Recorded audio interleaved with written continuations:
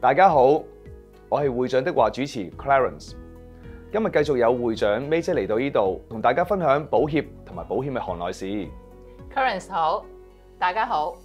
近日城中熱話咧，除咗剛撤銷嘅口罩令之外咧，相信非大埔龍尾村嘅兇殺案莫屬啦。儘管案件咧仍喺調查階段，但初步嘅案情咧都足以令人震驚同心酸。部分市民咧，除咗關注行兇者嘅動機同埋案情細節之外咧，死者嘅資產安排咧亦成為談論嘅焦點。假如有人遭遇不測，究竟資產應該點樣處理呢？係啊，喺咁多年嘅觀察所得咧，大部分嘅香港市民咧處理呢個財產傳承嘅方法咧，可以分為幾大類嘅。咁樣第一咧就當然係乜嘢都唔理啦。第二就係訂立咗遺囑，我哋俗語叫做平安紙。第三咧就係透過一啲保險嘅產品咧，去傳承佢部分嘅資產。第四咧就係一啲資產比較多嘅人咧，就會設立佢哋嘅信託基金嘅。咁今日咧主要我哋都會講翻頭嗰三種啦。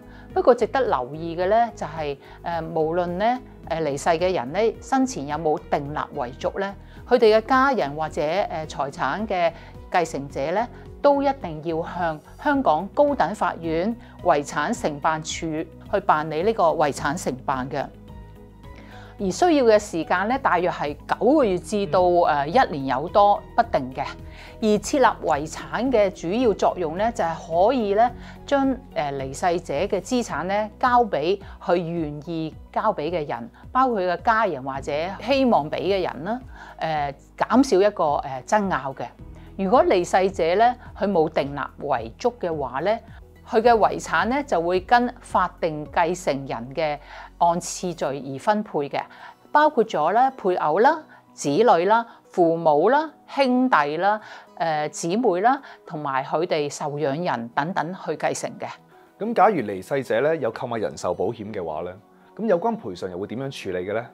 喺大部分嘅情況之下咧，當保單受保人咧去離世咧，受益人咧只需要咧填一份賠償嘅表格啦，連同佢本人嘅身份證、死者嘅身份證、死者嘅死亡證同埋其他一啲補充嘅資料送俾呢個保險公司咧，保險公司咧就即刻會啟動呢個賠償嘅程序㗎喇。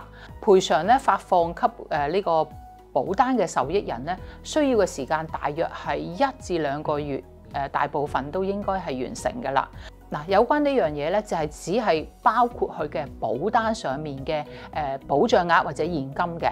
嗱，如果離世者咧持有呢個物業啊、車輛啊、首飾啊、珠寶等等嘅資產咧，仍然係需要透過上述嘅遺產承辦方法去處理嘅喎。咁除此之外咧，如果資產持有人失去咗認知能力咧，咁又可以點樣應對咧？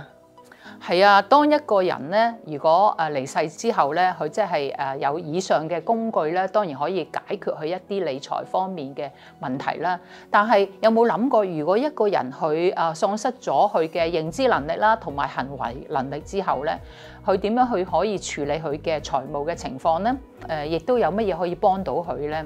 嗱，喺法律上咧，我哋可以訂立一個叫做持久授權書，英文叫做 EPOA。因為咧持久授權書咧係當事人咧清醒嗰時去簽署嘅文件嚟嘅。受託委託咧適合嘅人咧去處理，假如佢喪失呢個認知能力啊，甚至昏迷嘅時間咧，一啲應急嘅文件嚟嘅。而近年咧，亦都有部分嘅保險產品咧，係加入咗指定委任嘅選項㗎啦。咁樣咧，好讓呢個保單嘅受益人咧，喺呢啲咁嘅情況之下咧，都有一個安心啦。咁相信大家咧都可以留意一下。事實上咧，冇人會想悲劇發生，但為咗確保家人同埋至親咧能夠獲得適切嘅保障，保協咧都係建議大家按個人需要，及早透過適合嘅工具處理好資產傳承嘅事宜，令自己嘅意願得以實現。多謝會長今日寶貴嘅分享。如果大家想獲得更多嘅資訊，記得關注 LUA Channel 保協頻道啦。我哋將會有更多嘅行業最新消息同埋資訊分享俾大家。今日嘅節目時間差唔多，我哋下次再見。拜拜。